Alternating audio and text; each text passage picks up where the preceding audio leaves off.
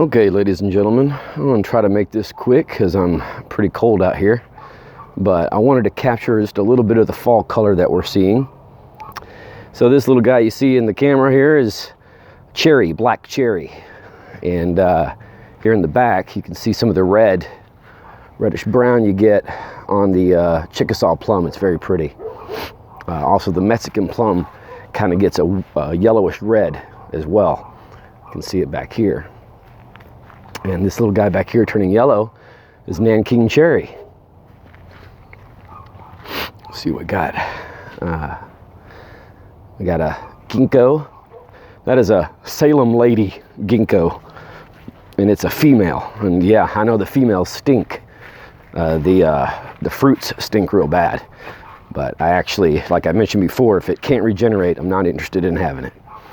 So, get a little bit of fall color on my pear. I'm already shaking. I'm cold.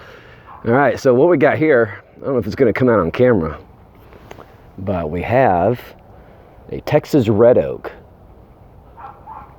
And you probably can't see it, but it's kind of yellowish this year. Normally, it's a beautiful red, and we may still get some red out of it. Everything's just now starting to turn, and if you look at the leaves at the very top, you're not going to see them because my camera ain't so good. Sorry. Let me see if we can zoom in for you guys. You might be able to see a little bit of a reddish tinge. They are getting a little bit of a reddish tinge at the top, so we might get lucky. And we see get a pear tree is putting on a nice little display. This is a Warren pear.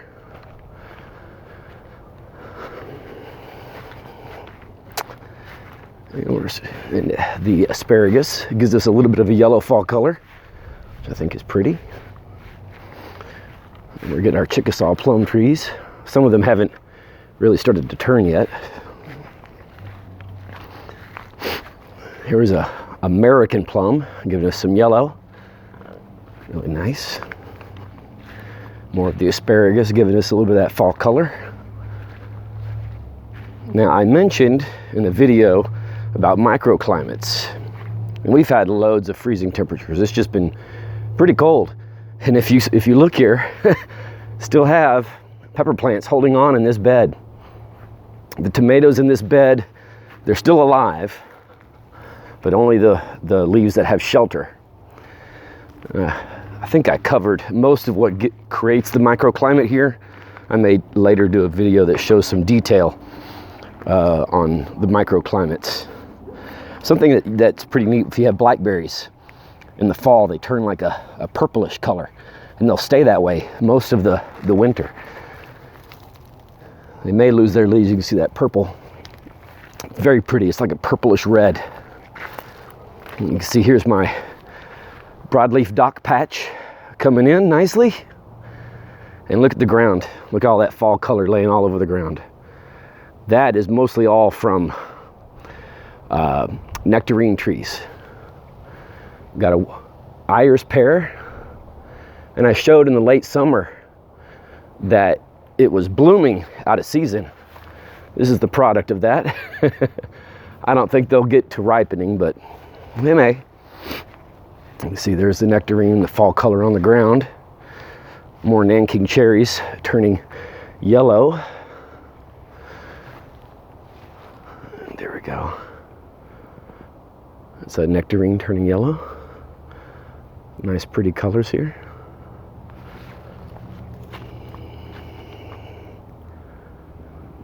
Very nice.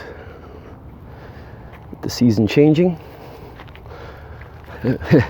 My chiltepins, okay, sorry, I always get them mixed up. These are Chile Pekin. They're still going strong. I have one tomato still left alive, maybe two. I might take you over to them when I'm done with this. You see the mulberries, this mulberry here, turning yellow. And behind it here, we got a nice, beautiful display on the Mexican plum. And you can see a Mexican plum down in here.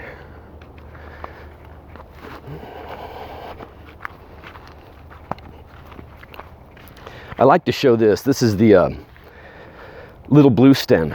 You can see it's seeding this time of the year, and I usually grab these seeds and try to spread them all around. But also, it turns fall color. So it normally has like a bluish green color on the grass, but in the fall, it starts to get this yellowish brown color. Not yellow, sorry, my bad. I misspeak all the time. I've mentioned that in my other videos, and I'm sorry for that. I annotate. So it's kind of like a pinkish, reddish brown color that it starts to get. Let's see if I can find another patch of it. Yeah, there's a better patch. Look at that. I think it's pretty. It's like the blue mixed with the greenish blue and the yellowish, I mean the reddish, brownish colors mixed in. I think it's very pretty. I don't know if it's going to come out on film. Now I'm showing you the edible crops turning fall color, but I should mention here in the back, see that growing up in there? That is elbow bush. It turns yellow. And elms all over the property. The large elm has already lost its leaves, but the little elms are still yellow. So if you're into fall color, a lot of these crops I'm growing, I haven't mentioned this, but I'm also laying out my garden to be aesthetically pleasing, or as aesthetically pleasing as I possibly can make it. Not just edible, not just functional, not just low maintenance, not just self-sufficient, but also pretty. Get some more of that little blue stem grass. You can see the elbow bush turning yellow. It's still holding on, the elbow bush. It's the first to come out and one of the last to go away, but you can see in the back getting some yellowish on the elm. That elm's a bit further along on its yellow, like this elm. Get the elbow bush. You can get up close, you can see how it's kind of yellowish. There's a little patch of some dwarfed elms. You can see they're yellow surrounding that garden bed. And, you can see it starting to turn yellow with the elbow bush in here.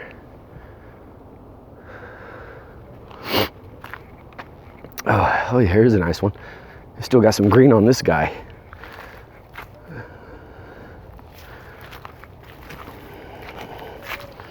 Yeah, I think the peanuts have bitten the dust for the season. I wanted to capture this because I believe it's an elm tree and it's very, very yellow. Yeah, this is an elm mixed with an elbow bush. The elm goes up quite tall. It's very pretty. You can see it mixed in with the green in the background. What you see in the background is a mix of elms and elbow bush. Pretty surprised I'm still getting a flower this late in the season. The purple coneflower, echinacea. Still getting those. And the critters are going after the fruits on the Turk's cap. And as I mentioned before, still getting my peppers.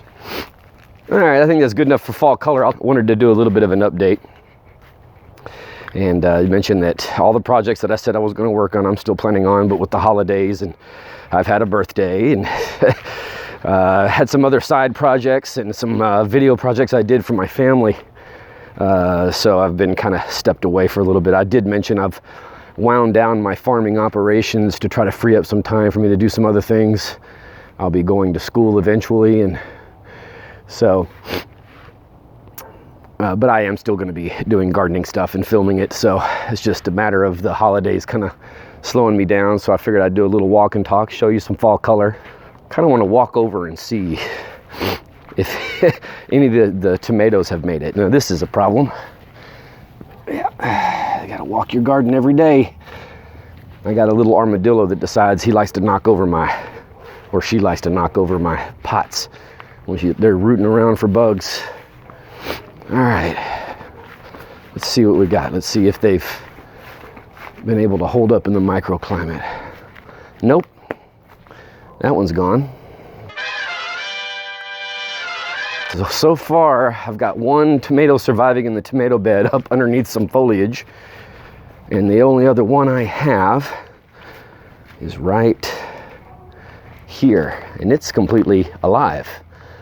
Well, that's neat. Look at that. Completely uncovered. Completely uncovered. All of my stuff is. And of course, because I always forget something, this is the Chickasaw plums, what they have left. I should have got out here a couple weeks ago, but I didn't. But they were pretty reddish color, and you can see now the leaves are still quite red.